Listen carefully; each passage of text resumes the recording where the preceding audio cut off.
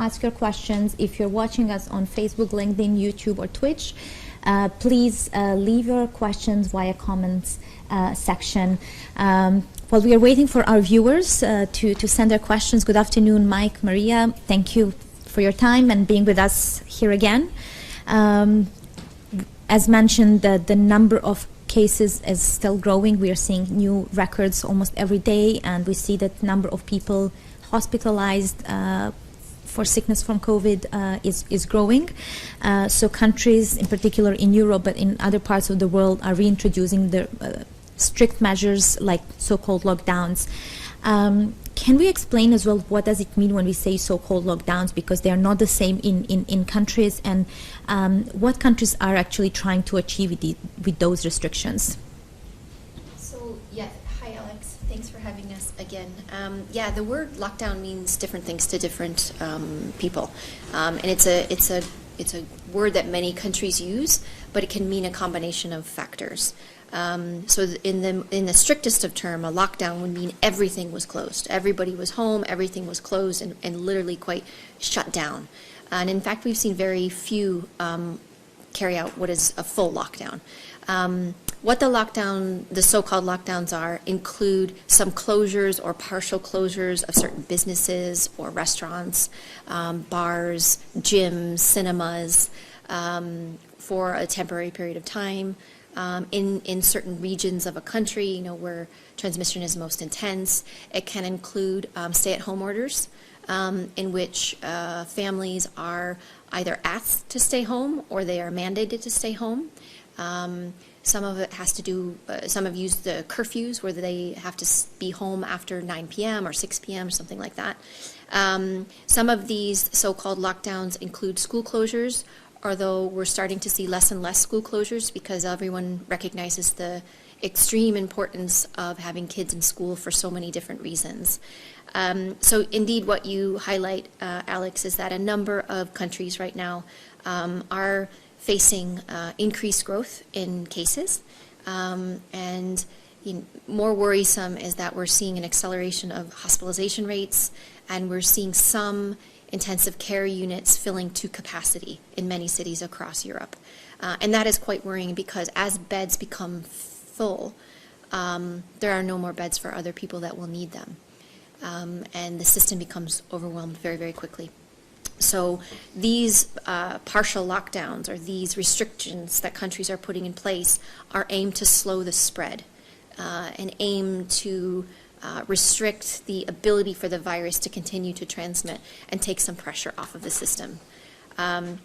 What we're seeing in a number of cities and a number of areas across Europe is that countries are using the information they have about the virus, where it's spreading, how intense it's spreading, what are the capacities in those regions, and looking at what can they do to help the situation. And so there are a number of these restrictive measures that are being put in place here, even where we live right now. We're seeing that done as well with closures of bars and restaurants, but schools are staying open. So I think these are one of the measures several of the measures that are being put in place to try to restrict, to limit transmission. You mentioned schools, and we already have a follow-up questions from a viewer on LinkedIn. When countries introduce those so-called lockdowns and measures, do schools need to be closed as well? So these are the decisions that those in leadership need to take in those regions, because as we've talked a lot about schools, the decision to close a school or partial school closure or going to distance learning or online learning needs to be taken very carefully. It matters how much transmission is in the area because the schools reside in the area where the communities are. So if the virus is circulating in the community, it can enter into the school. What we're seeing is that many areas are really prioritizing keeping schools open, especially for the youngest kids, because of the developmental aspects, not only the education aspects, but the social and developmental aspects, security, and in many parts of the world, this is where children receive food. So no, schools don't have to close. And I think what we are hoping is that the other measures that are put in place can really keep these kids safe. I do want to say the use of lockdowns, or the so-called lockdowns, don't replace all of the other measures that have to continue to be in place. They do not replace the need for active case finding They do not replace the need for cluster investigation, ample testing with quick turnaround, contact tracing. All of that has to continue, building up your workforce to carry out these essential services that are really needed to bring transmission under control and care for the people who need care, not only for COVID-19, but for all of the other diseases that circulate and preventative measures that are in place. Yes, couldn't agree more, Maria. Just again, going back to the global situation, because obviously the situation in Europe right now is quite a concern, but that's not necessarily the full global picture. We've certainly seen much of the Northern Hemisphere in the Americas and in Europe go into an increased transmission scenario. But if you look at Southeast Asia, if we look at Africa, and we look at the Western Pacific areas, the disease is generally on the decline. But there have been some notable exceptions. So in the Western Pacific area, which includes China and Korea and Japan, we've seen downward trends. But the Philippines and certainly Malaysia at the moment is experiencing an increase, particularly around the area, in the Sabah area. Same in Africa, you're seeing a general downward trend, but you're seeing some countries starting to see an uptick in cases. And I say that because it's really important. The situation Europe is in now and the Americas are in is very difficult, and it's going to be very hard to stop the disease using the traditional sort of containment measures of case finding and contact tracing and isolation and quarantine, because there's just so many cases. And in that sense, the so-called lockdowns or restrictive measures are being put in place in a sense to try and break the chains of transmission by separating everybody from everybody else. But that in itself won't stop transmission, because people will go home and they live in multi-generational households, and in some situations going home means you're going to be in an overcrowded situation. That's not the same in every circumstance. And we saw that in countries, particularly with migrant and other populations. They don't always live in the same conditions. In Singapore, when people were staying at home, well, when migrants stayed at home in overcrowded dormitories, transmission was ignited in that situation. So we have to look at the implications of lockdowns, and lockdowns will shut down the disease, and it's been proven again and again. The problem is they shut down the economy, they shut down social life, and have previously shut down schools. The question is to find the minimum amount of lockdown you need to stop the virus and have the minimum impact on the economy, and that's very difficult to calculate because it's very hard to know exactly. So if you completely lock down the situation, yes, you can stop the virus transmission, but that causes its own damage. So the most important thing now, as countries go into this phase, is to really put in place the other things that we need to have, like testing and contact tracing and supported quarantine. We ask contacts to quarantine. It's, go home, sit in my apartment. Who's going to feed me? Where am I going to get my food? Who's going to take care of my kids? There's a lot. When we say quarantine and self-isolate, they're easy words. They're hard to do. And in many situations, if you look at Asia and compare in general the experience in Asia, and we look at what Australia has done most recently, if you are going to go after this virus, you can use a lockdown to push the virus down, and once you get the virus to low levels, you have got to go after the virus. And the only way you go after the virus is to find the people who are infected. They need to isolate, and the contacts need to quarantine. And both the cases and the contacts need to be supported in doing that. And we just have not built enough capacity and enough infrastructure and enough support to do that. And until we do that, we'll go through this phase, and then we'll go through the next phase and the next phase. And the danger, and I've said this since I think March, the worst case scenario is to move from lockdown to lockdown. Not to move from wave to wave, but to move from lockdown to lockdown. We know the damage it does psychologically, we know the damage it's doing socioeconomically, but at the same time, when your hospitals are full and your intensive care units are full, there's nothing you can do. You have to take the pressure off the health system. And that's why people end up being separated from other people. It's very complex. It's very hard to criticize. People are saying, governments shouldn't be locking down, but they're facing a very stark situation. Their emergency rooms are full in some cases. Their intensive care units are overflowing. They're moving patients between districts, sometimes now between countries. And they have to do something to try and shut down the infection. Thank you very much. Can I quickly just Please. say it is easy to criticize, but I think what we have to do is look at the situation that we're in right now. And I think the decisions that are being made are looking at the situation that they're in right now, not the situation they were in, a few weeks ago. You can think forward. Now is the time to think forward. And one of the things we really need to see is a scale up. So countries that are in the midst of increased transmission, increased hospitalization, increased ICU rates need to scale up. The big difference between now and the spring is that all of these increases across Europe anyway are happening at the same time. We had a little bit of staggering in the spring, so there was this ability to support one another. We're not in that situation again. So there can be some movement, as Mike has said, with patients and with health workers, but the pressure is happening on many cities at the same time, and that makes things even harder. So we need scale up. We need more beds. We need more capacity. And one of the things we have recommended in the beginning, which we learned from the experience in China, is medical care or an isolation of even mild patients outside of the home so that the virus isn't brought into the home, because a lot of transmission is happening in the home all over the world. But if patients can be cared for outside of the home in either repurposed facilities that are fit to care for mild patients who aren't expected to develop severe disease, so people who don't have underlying conditions, people who are not of advanced age, can be cared for and monitored outside of the home in these specially built facilities. That could also take a lot of pressure off of the hospitals, which can be primarily focused on individuals who need supportive care, who will be more likely to advance to severe disease. And so that approach of tailored care for mild patients outside of the home, for critically and severe patients, or individuals who are at risk for developing severe disease in hospitals, that can help an overburdened medical system. So there's a lot of different ways that countries can deal with this, but also the countries that are in low levels of transmission, we cannot emphasize enough to scale up now. Use this opportunity while transmission is low, and congratulations on all of the hard work of getting it low, to stay low. So that means building your workforce, whether these are people who can go out and help find cases and support cases, to carry out contact tracing and do cluster investigation.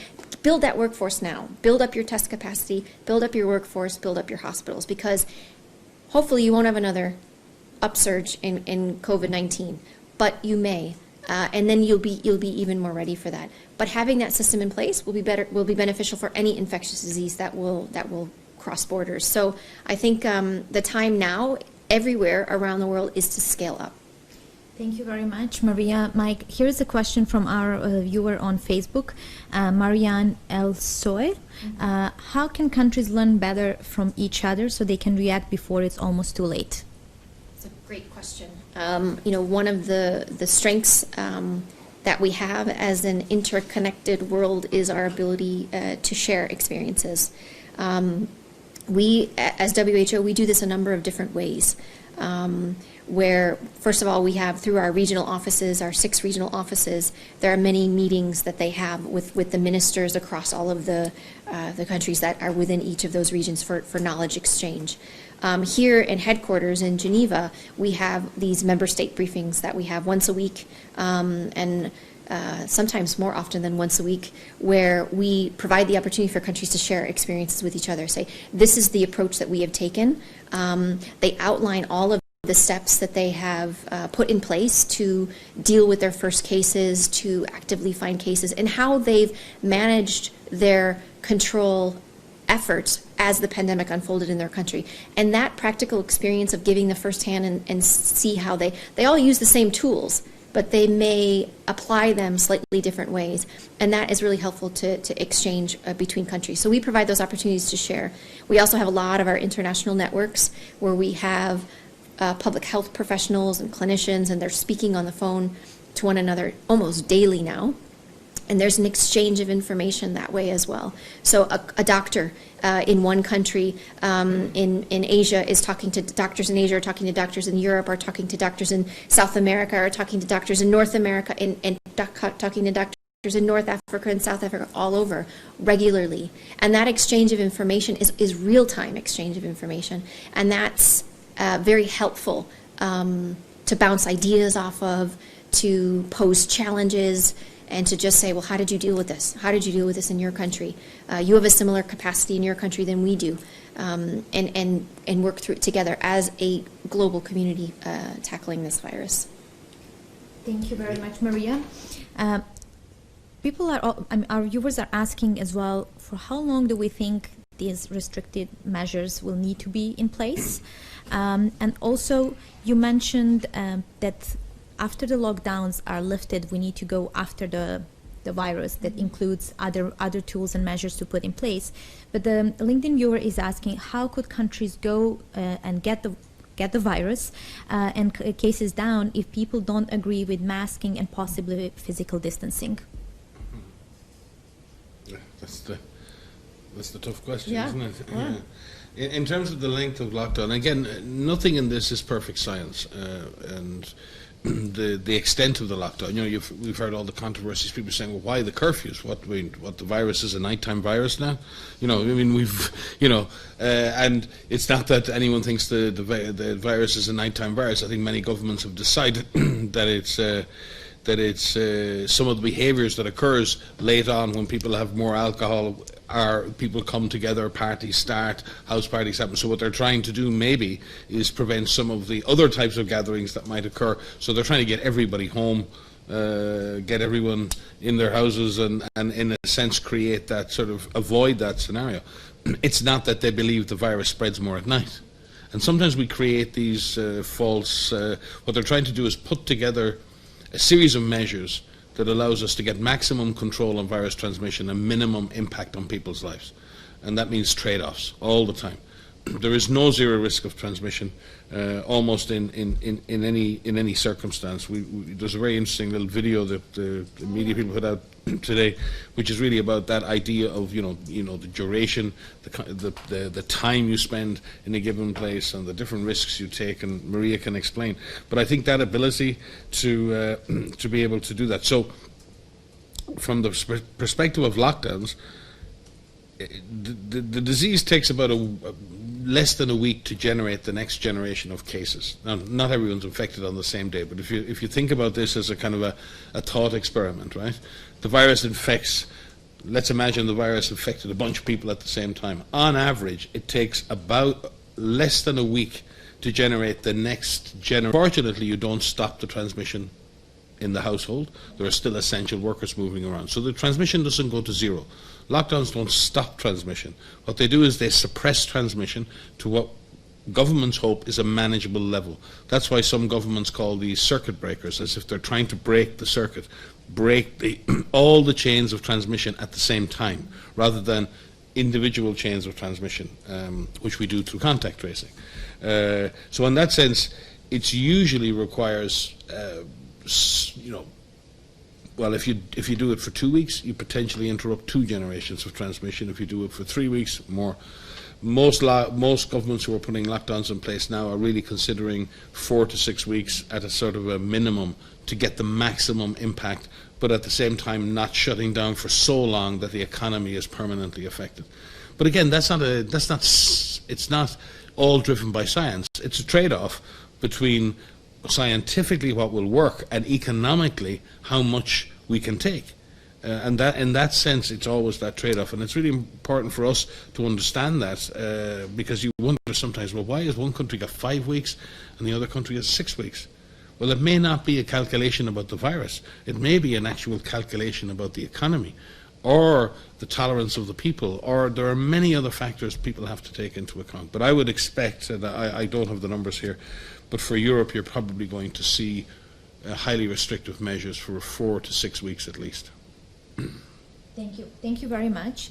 Here is an interesting question about transmission. Were there studies done on the rate of transmission of COVID-19 when using mass public transport? Will the WHO eventually contribute to guidelines or protocols yet to be published? On masks? On transmission in public transport. Yes, so we do have guidance out on the use of masks. And what we recommend is for the use of masks when you cannot do physical distancing. And particular, is a good example is public transportation. So what we say is when you cannot do physical distancing or when physical distancing can't be maintained. So if you're in a situation where it can get quite crowded and you don't want to be putting on and taking off, because there's also a risk when you're putting on and taking off your mask a lot of actually infecting yourself. If you're not cleaning your hands appropriately before you put it on, touching the outside, touching the inside, touching your nose and your mouth, there's a lot of opportunities where you can almost infect yourself if the virus is actually on your hands. So one of the ways, especially in areas where you have active transmission, we call it community transmission, wearing a mask on public transportation is important. But we're always looking at our guidance. We're always looking at updating our guidance, and we are actually always in a process of updating our guidance. We have hundreds of guidance materials online right now, and all of them, without fail, are actually being looked at as we look at the different literature.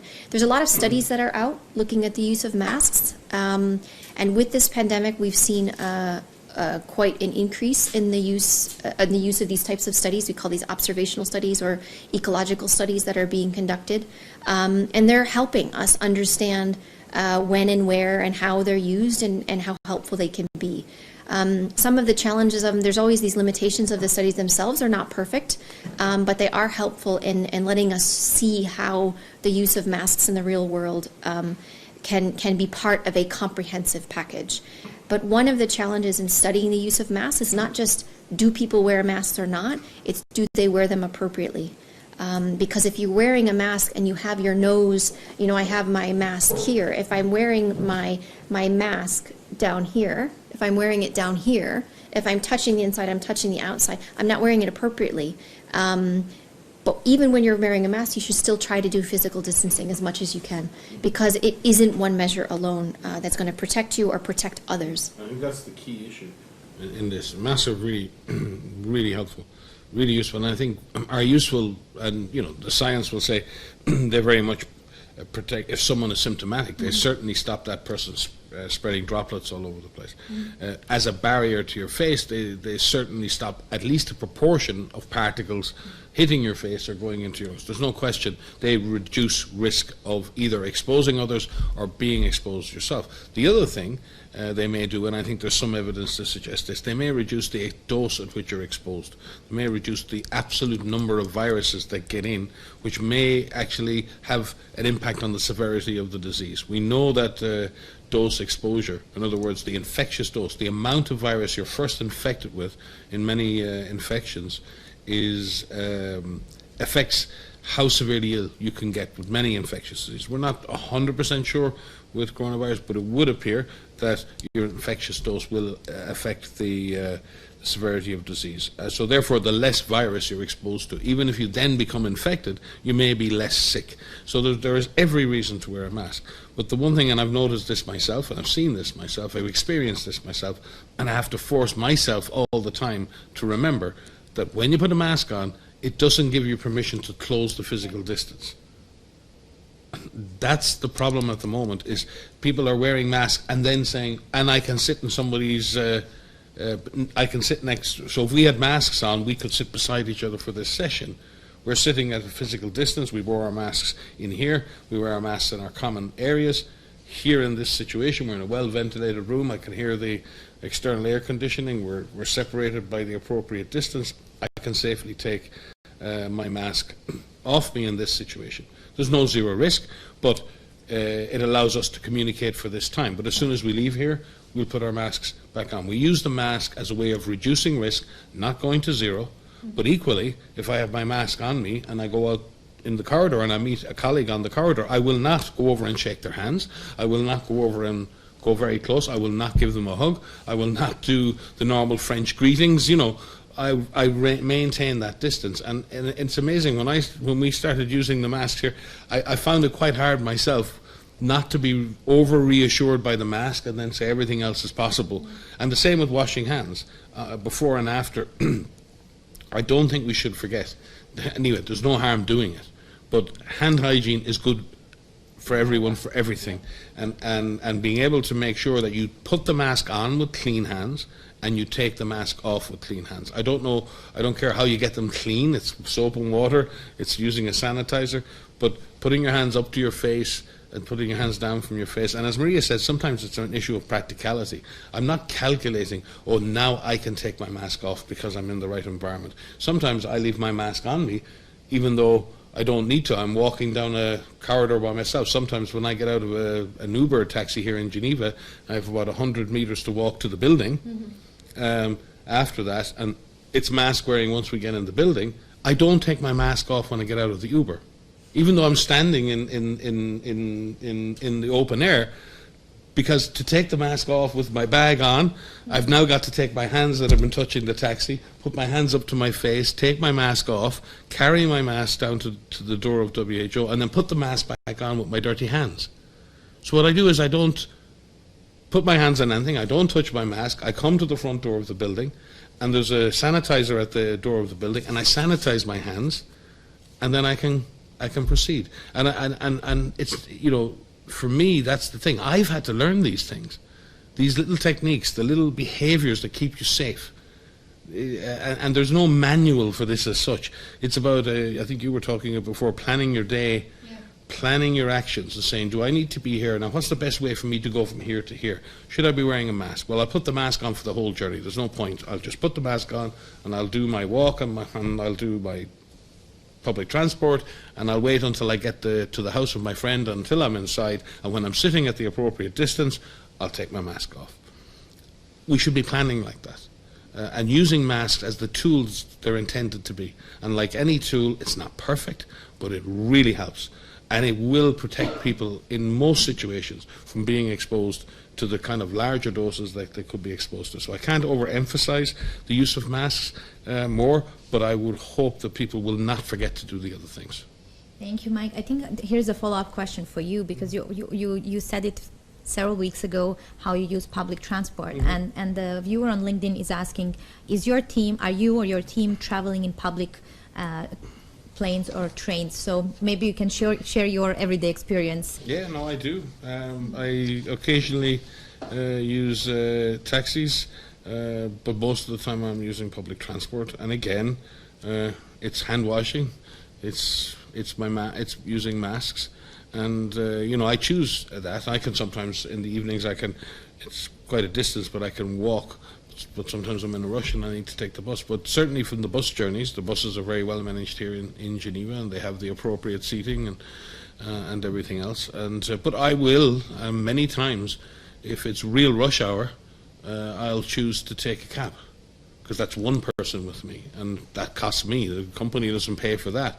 But I have to make a choice and say, I've got my travel card, but that bus is very full, and the next bus is very full, and the buses aren't going to be empty for a while, so then I go and get a taxi. I make that choice. It costs me money, but I prefer to make that choice. Similarly, I'll sometimes let two buses go by until I see a bus that's half empty, and I'll get on that bus and use that bus. And then I'll choose a place on the bus that's the maximum distance away from the other people. Open a window if the window can be opened, and again, hand sanitizing. So it's a matter again of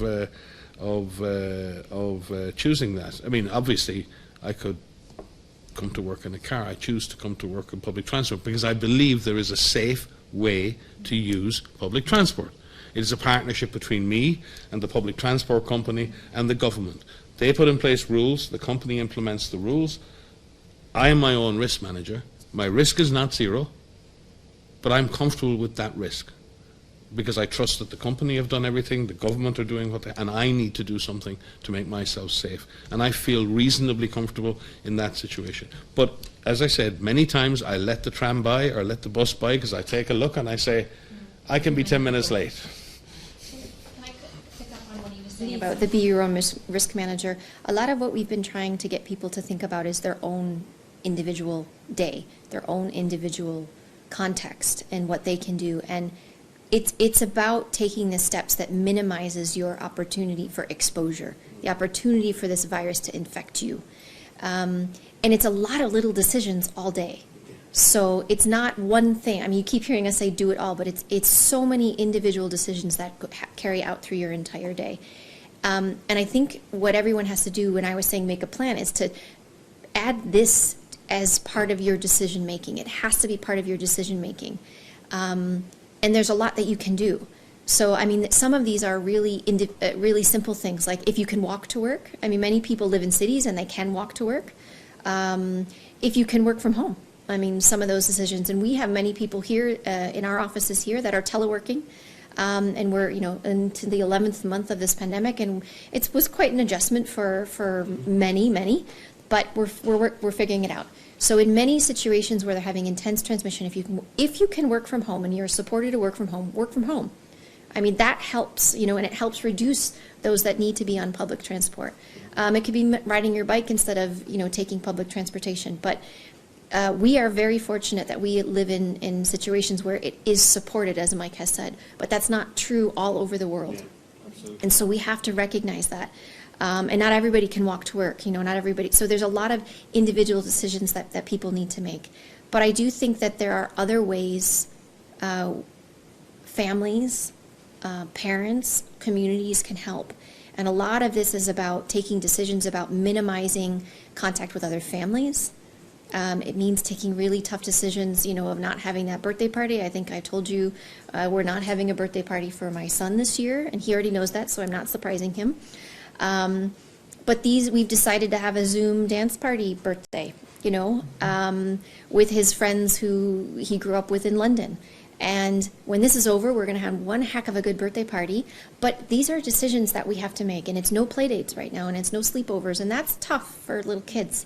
But these are decisions as a mom, and my husband and I, we've decided. But we feel that this is a way that we can contribute. And I think that everyone needs to think about how do I reduce the chance for me getting infected, but how do I also reduce the opportunity for this virus to spread? The virus, we talk a lot about transmission, and we talk a lot about the context in which transmission can happen more often. Where is spread amplified? And spread is amplified when you have people who are in close contact with each other for long periods of time, and in particular, when you're in indoor spaces where there's poor ventilation. That's like the trifecta. If you have all of those situations in place, lots of people, long periods of time, close contact, poor ventilation, the virus will spread. And the virus spreads because it spreads between people. This is a respiratory virus. You've heard us say that from the beginning. And that means it spreads through these particles, through the air, from me to you. Mm-hmm. And if I am in close contact with you or with Mike, the opportunity is higher when we spend, and if I'm infected, and especially if I'm symptomatic, I have more virus. And if I'm sneezing and if I'm coughing, I'm expelling these particles through the air.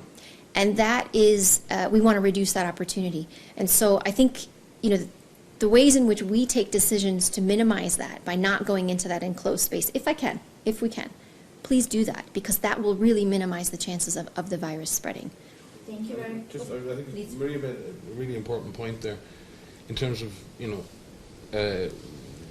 we talk about routes of transmission and how the virus is transmitted, and that this respiratory route, the fact that the virus can spread through the air by different size of droplets. And it's essentially, if you cough or you sneeze, you produce these small, they're very small when we talk droplets, they're not, they're all small, but it's relative. And in some senses, it makes sense to people. A large droplet will fall to the floor more quickly, and smaller aerosols or smaller particles can travel further. It's the same thing if you throw a water bag in the air. The smaller particles go further, and the big droplets fall back down on top of you. So the reality is that this transmission through the air occurs in environments where the closer you are to someone, the longer you're in that environment with someone, the more poorly ventilated that situation is.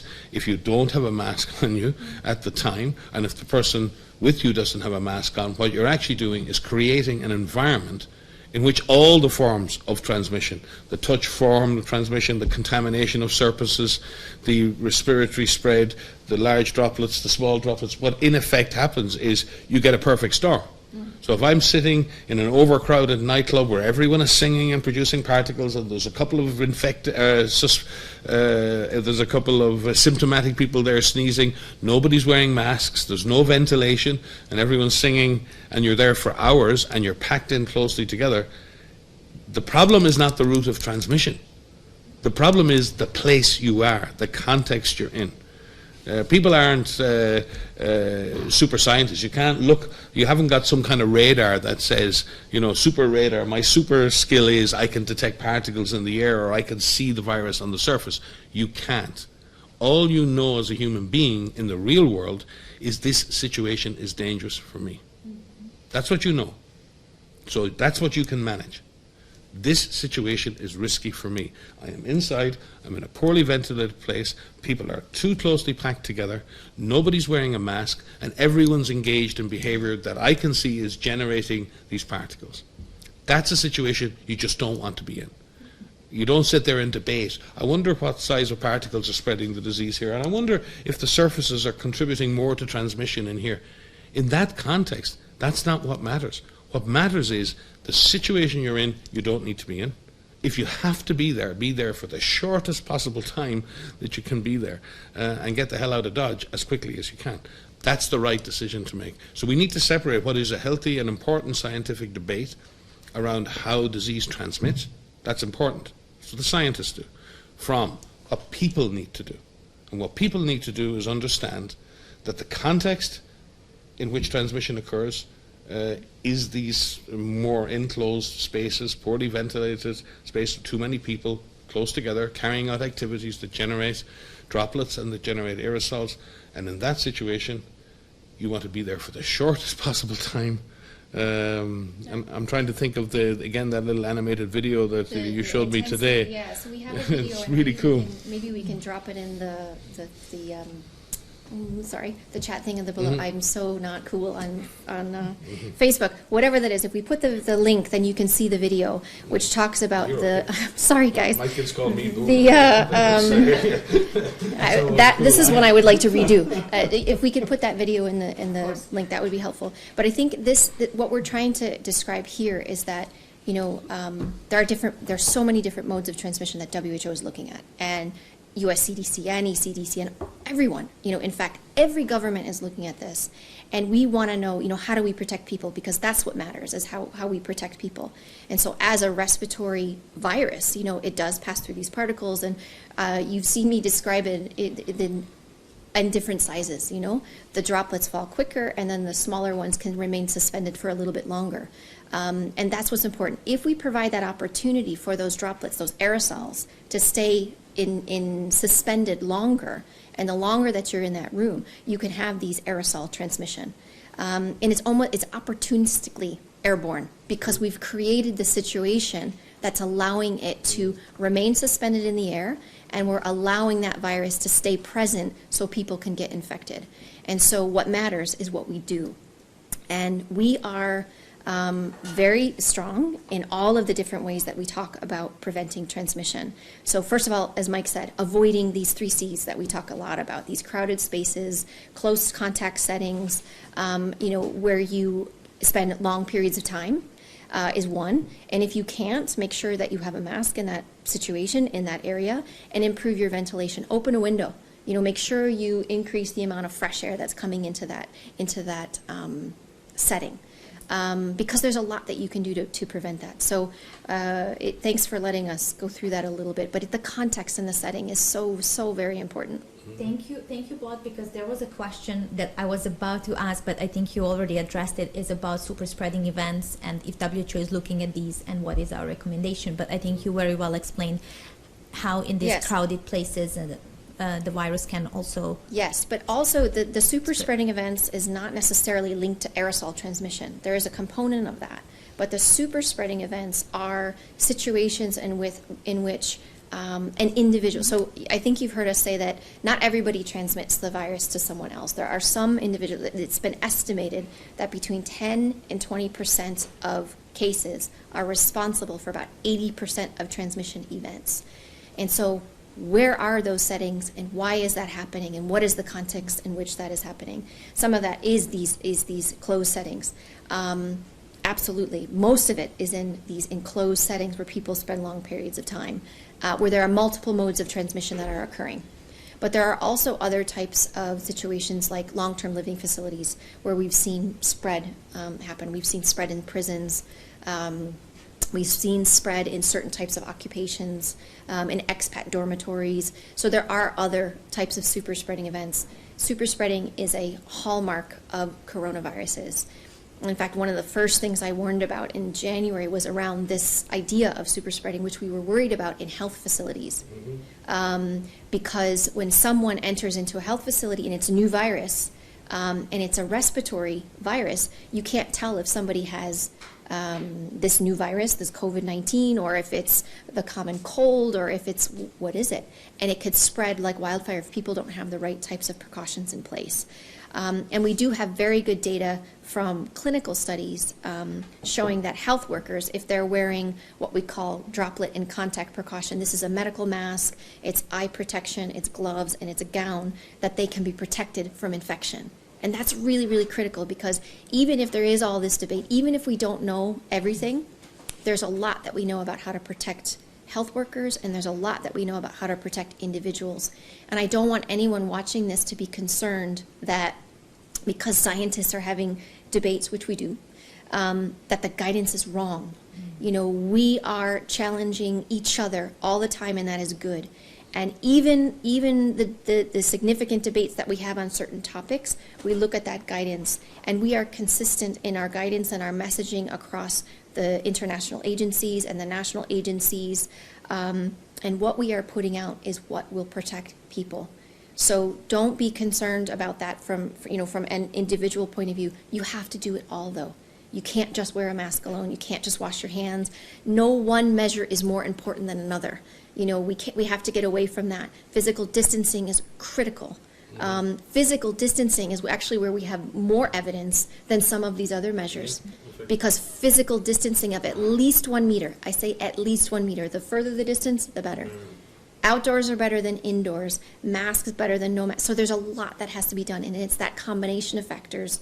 You know, take it into your own hands, be your own superhero, protect yourself. Yeah, and I think the 3 words, I was trying to think of the words, because I'm obviously very hard to educate. So the video, I didn't watch it enough times, but I really liked, you know, the idea, and we'd spoken about this before. Actually, we spoke about this at one of our first Facebooks, yep. about location, proximity, and time. And every individual can do that. Where am I going? How long am I going to be there? And how close am I going to be to others? If you can determine that for everything you do in your day, and there are some things you just can't avoid doing. You need to go to the shops. Yep. And there's a calculated risk in doing that, and you have to. You've got to feed your kids. So you accept that as a slightly risky thing to do, but then you avoid doing something else, like meeting your friend for a coffee. So, and I think that's the only way we're going to beat this virus. And let me be, honest and frank with everyone. We have to find a way of behaving and living with the virus by suppressing it at the same time. The way it's not that living a normal life is impossible. We can live our lives in a way that minimize the opportunity for the virus to spread. And in doing that, we can possibly avoid lockdowns entirely.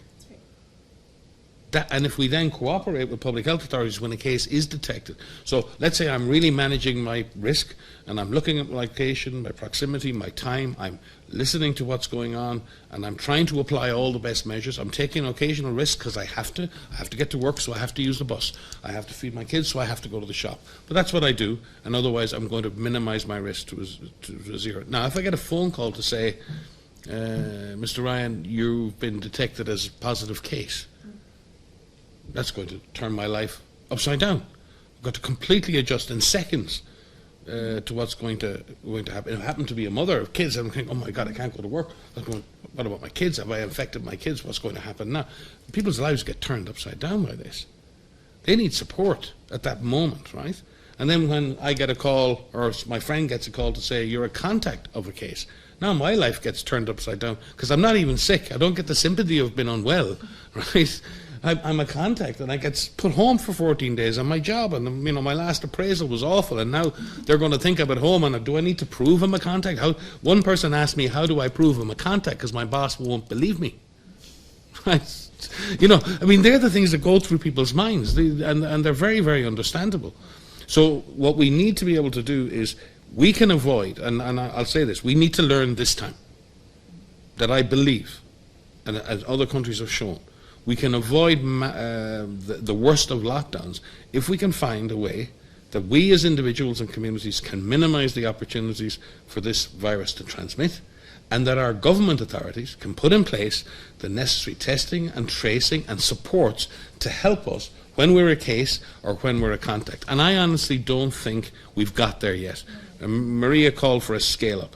We need a scale-up in all of that. Now, I'm not trying to criticize anyone. Everyone went through horrors of the spring. Everyone was exhausted. Everyone kind of took a breather in the summer and said, okay, maybe we're through the worst of this, and it's come back, right? Now, we're taken by surprise the first time, maybe slightly by surprise the second time. Let's not get taken by surprise the third time. So we need to take the medicine we have to take now as a society, unfortunately, but we really need to think about, can we do this better the next time? Can we find a way of living, not in harmony with this virus, but living with this virus in a way that we keep it under control? Because right now, the virus has us under control, and not the other way around. Thank you, Mike. I think at the beginning we promised our viewers that we will touch on contact tracing and quarantine, and I'm glad you brought it in. So let's say if we take one of those super spreading events or crowded places where people go and they are identified, like they test positive, is it possible then to trace all the contacts if the person used the public transport and went to the shop before they went home, or maybe they picked the kid from the school? So there may be hundreds of people that one person was in touch. So how do we make possible then that we traced all contacts? How are countries coping with this? It's tough. I've been in Ebola outbreaks where the number of contacts for one case was 1,100 once, 1,100, because everyone attended the funeral of a very well-known person, and the tradition was to touch the body in respect. So we had 1,100 contacts.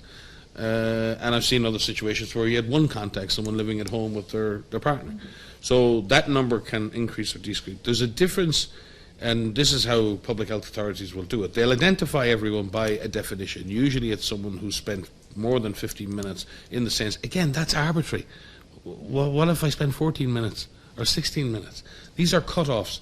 They're used to create some sort of sense of risk. But let's imagine we say more than 15 minutes and it turns out the person is in a nightclub and there's 500 people in it, right? Then the authorities are going to have to try and get a list of 500 people. But within that, they're going to look who was in the party with the person, who was sitting at the same table, who served them at the bar, did they do the karaoke and who was on the stage with them? They'll try and create a list of what they consider to be higher risk contact or highest risk, medium risk and low risk contacts, and they'll prioritize following up with those people who they believe were most exposed, right? And then there'll be some people who are at the bar they'll never be able to contact them. We saw that in Korea. The issue, and sometimes I find in this pandemic, there seems to be a strange thing at times that if we can't do it perfectly, we don't do it at all. Well, unfortunately, in public health, most things aren't perfect. But the idea, someone said to me, well, this symptomatic and asymptomatic cases, but why are you trying to test or you're going to isolate symptomatic cases, but there's so many asymptomatic cases, why are we even bothering? And I'm going, yeah, it's really tough, and it's really tough that so many cases are asymptomatic, but you're not suggesting that we don't try to isolate the symptomatic cases, and that was the sort of the implication. You do what you can, you work with what you can see. So in this case, for an event like that with lots of contacts, you will prioritize the follow-up of the people you believe to be most at risk. There'll be some people you never find, and some of those people, and unfortunately what happens, and we've seen the same in Ebola and other diseases, those lower risk contacts may turn in, and we know in most super spreading or most clusters, not super spreading events, that about 20% of people can retransmit, and about 80% of people never transmit to anybody else. So there are particular individuals or particular people who may be more prone to spread because of their behaviours or because of their symptoms, or we don't fully understand that, I don't think. We don't understand that. But certainly it's not everybody has the same chance of transmitting afterwards. Certain people will transmit more. And if in those situations a low-risk contact gets sick and and then they begin transmitting. What you hope is you pick them up in the next generation. Remember what I said, there's about a week between generations. And it's a real tragedy not to find all of the at-risk people, but you do accept we see the same thing in Ebola, and that's the horrors of, why we had to spend so much time in Congo, because, why you spend so much time in an Ebola outbreak, stop it. If you could find every case of this generation in Ebola, and you could isolate every contact, most Ebola outbreaks would be over in 21 days. Why do they go on for a year? They go on for a year because we miss a small proportion of people in every generation. And we hope we pick them in the next. And eventually it takes us, and it took us in Congo, in the last outbreak in Kerkhove, it took us basically a year to catch up with ourselves because we were in a conflict zone and our contact tracing wasn't as efficient as it could have been, and the population was very distrustful of everybody because of the conflict and because of the armed groups and everything else. So we were operating in a less than efficient environment. It's exactly the same now. Contact tracing, isolation and quarantine are not perfect. Not every case is found. Not every contact is found. It is our belief that if you can find the majority of your cases, the majority of your contacts, and if you keep doing that generation after generation, you get control. That's what Korea showed. That's what Japan showed. That is what China has showed. That is what the health authorities in Hong Kong and in Macau and in Taiwan have showed. That is what Australia showed. I mean, Australia deserves huge credit because Australia was facing a really difficult situation in Victoria in particular. They got caught behind, they had cases. They went into a 101-day lockdown. I can't imagine trying to lock down Australians for 101 days. Very independent and proud people. But the sense of achievement that I feel coming from Australia, the fact, and what I saw the morning after the lockdown, a prominent person from Sydney actually thanking the people of Melbourne for protecting Sydney. And I thought to myself, that's real solidarity. People are starting to get it. It's not only for the other person, it's for the other state and the other community, the other parish, the other district. You're doing this not only on your own behalf, not only on behalf of your own community or your own family, you're doing it on behalf of the other state. And to see the way Australia pulled together that, and there was resistance, and at the beginning of those measures in Victoria, there were lots of questions asked about, this is draconian, and this is, but they also at the same time put in place contact tracing. They put in place all kinds of supports, and they built a system that's proven very effective. Now, that doesn't mean Australia's completely out of the woods, but I think Australia has demonstrated that there is a point in any crisis where you have to turn and face the fire. And Korea had that moment when it had the outbreaks in the religious communities and the cases exploded. And Korea could have said, there's nothing we can do now. They didn't. They turned and they faced the fire, and there was very hard work to get on top of things. And even when you're on top of things, you're just about on top of things with this virus. You're never fully on top of things. So I think we need to, and someone asked before about learning lessons. It's not about learning lessons so we can criticize the government of the day. Everyone is in the situation they're in. Everyone is working as hard as they can work, right? And I honestly believe that. But everyone needs to look at Australia and say, okay, because you could look at a country and say, well, that's not the context we live in, that's not our culture, that'll be very hard to implement. And I can see that. You could look at a country and say, that's not going to work here. So there's enough countries now with experience that we need to start looking at the ones most like us, or the ones where we can find those lessons that are applicable in our socio-cultural, economic and political context. And are we learning? And even within our own countries, you'll find there are areas. I mean, it's amazing. In every country, you find the outlier area that's done really well, and everyone is going, what did they do? And I think we need to also not look outside, look inside for those examples. And within that, and it is very, very tough. And at this moment, it's really important that at the political side of things, that this doesn't turn at national level into, a political football at national level, where this turns into an issue of just criticizing the other side. So governments are making some very tough decisions right now. And it is hard. It is really hard to make. And they do need to be accountable, as we need to be accountable for those decisions. They need to be rational. They need to be science and evidence-based. They need to be of minimum impact on social and economic life. They need to be of limited duration. There needs to be a way out. All of those things. But within that, if governments are trying to do that, we need to get behind those governments and try and support those measures, whatever they are. But at the same time, keep everybody accountable. But I've seen in some countries it's really turned into a kind of a political issue, and I don't think that's necessarily helping right now. Can I give one practical example of a contact tracing? Because if the viewers are out there and there's somebody who is infected with this virus, they can help in doing contact tracing. So what normally happens is that there will be an authority that will call you and say, you know, you've been identified as a case, and we need to identify your contacts so that we can do. But what you can do as an individual, there's forward contact tracing, and then there's what we call backward contact tracing. Most of what is happening in many situations is what we call forward contact tracing, because you want to prevent the virus from spreading onwards, so to keep passing from person to person to person. So if an individual is identified as a case, what you would need to do is you would need to write down, and you would need to think of all of the people that you came in contact with just before you developed symptoms, 2 days before you developed symptoms, up to the point where you were isolated. And it's an exercise, and it's actually quite hard to do.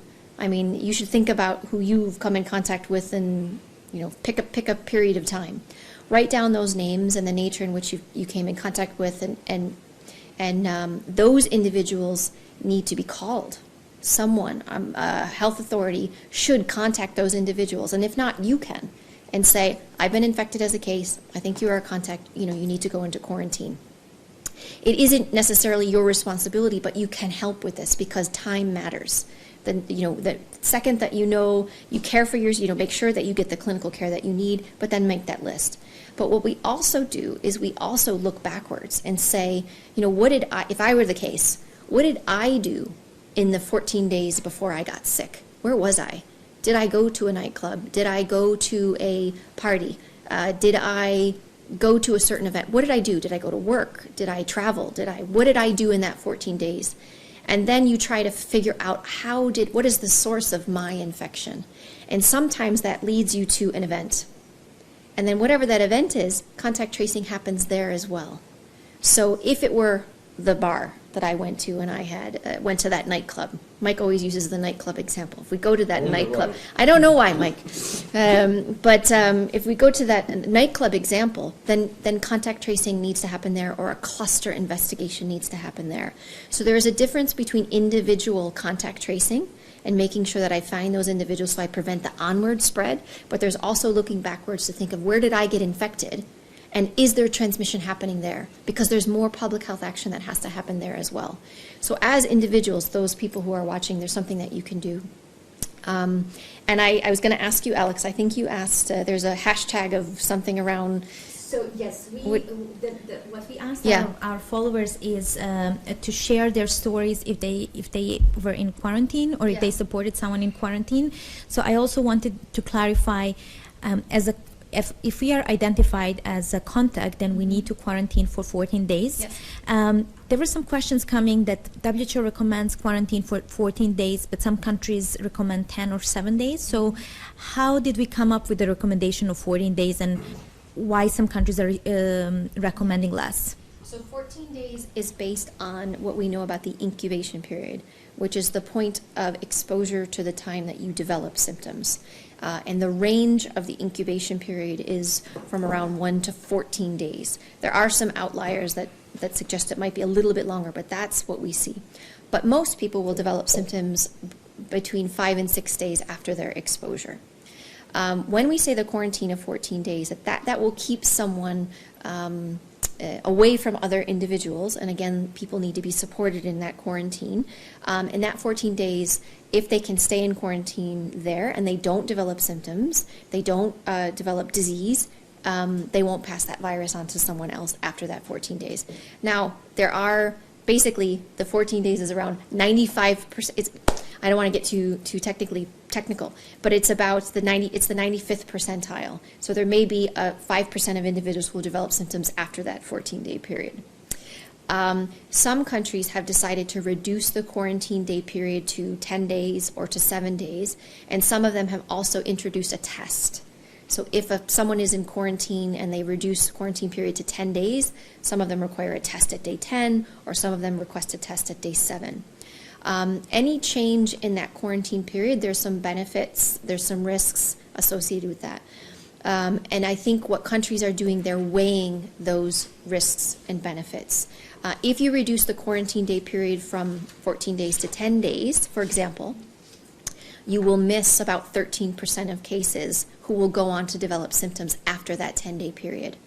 And I think what countries are trying to do is balance the economic risks and the social risks with the public health risks. So WHO's recommendation is for 14 days because that's what's based on the incubation period. But we have supported governments in taking decisions about if they were to reduce it, adding a test or not. But what are the risks you are adding if you do reduce that quarantine day period? And it's a risk-benefit analysis. Remember what I said before, we don't always identify all the contacts. So there are always potentially, and always with these kind of more clusters and super spreading events, there are nearly always people we don't identify, and they could be spreading the disease. Mm-hmm. So the contacts we do identify, they're asked to self-quarantine for 14 days. If they self-quarantine for 10 days, then clearly we're taking most of the risk of them being the next case away, because they should, and about 90% or more of them will develop the disease. About 87%. You know, 87%, yeah, within that 10 days. Mm-hmm. So in that sense, letting that person back into society is much less risky, but it's not without some risk. Mm-hmm. And that's life, unfortunately, because governments feel that the benefit of that economically, and the other issue would be compliance. Because if I have to quarantine for 10 days, maybe I'll really work hard at doing it and I won't sneak out and go and see my friends for a beer. Whereas 14 days might be too much psychologically, and I don't take it as seriously. So governments are trying to not only match the issue of how long, but how long will people comply? And therefore, I'd rather have a 10-day regime in which people are supported and in which everybody complies. And I know then I'm going to miss a small percentage of cases, but I accept that because everybody who's in that 10-day period is really, really playing by the rules. And you're going to stop a lot of transmission that way. And that's the trade-off. So 14, 10, in ideal situation, you identify all the contacts, and all the contacts quarantine for 14 days. That's also an issue too, and again, Maria referred to this, and I was glad she did earlier, because we're talking here in terms that are very, right now, and it's not where I've worked most of my career, northern-oriented, northern world-oriented. I mean, if you're a day worker, and if you're paid in cash by the day, 14 days in quarantine is not only an extreme punishment for you as a person, but for your family. In most situations of poverty, that means people are not going to eat. Yes. Kids are not going to eat. So, we need to be really careful when we apply these things. We're trying to get the best benefit in stopping the disease with the least impact on people's lives, livelihoods, and especially on their kids.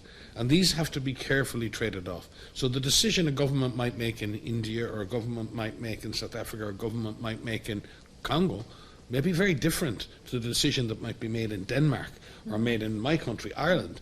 And that doesn't make the decision in one country or the other the wrong decision. What we need to examine in those decisions is, how did the government make the decision? How do they trade off the epidemiologic risk with the social and economic risk? And was that a reasonable trade-off? And have they done that with best evidence and with best intent? And can they then manage the consequences of those decisions?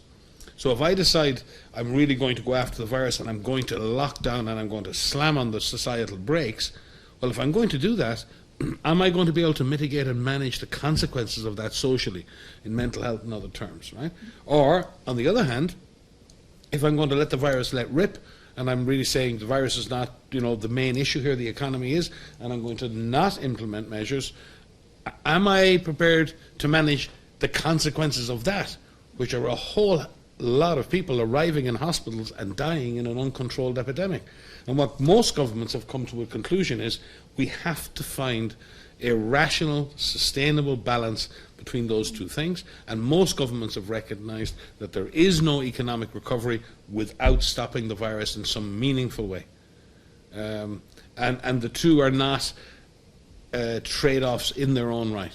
That you need to control the virus to some extent to bring your economy back on stream, but equally, you shouldn't put in place measures in controlling the virus that are going to entirely impoverish your community, especially in developing countries, for example, where the average age may be below 60. If you look at Africa, half the population is younger than 20. The proportion of people over 60 is very low. So a government in an African environment may make an entirely different decision around how it's going to both control and mitigate the virus than a government with a population where 20 or 30% of people are over 65, which is the case in many northern countries. So I think if the one message I want to get across in this pandemic is there are no absolute decisions. Every decision you make as an individual and a government makes for a population are contextual. They're based on where you are, what your situation is, what the consequences of your decisions are, and you put those things together and you come up with a plan. Governments that have had a clear plan, well communicated to their population, regardless of its objectives, have tended to do better. Where people have become confused with the objective and the plan, and where governments haven't been able to support people in implementing the plan, I think we've seen more frustration, and we've seen people just really lash out and say, what the hell? I mean, who's in control here? Who's managing this? Who's driving this bus? And I think that's where people get really, really upset.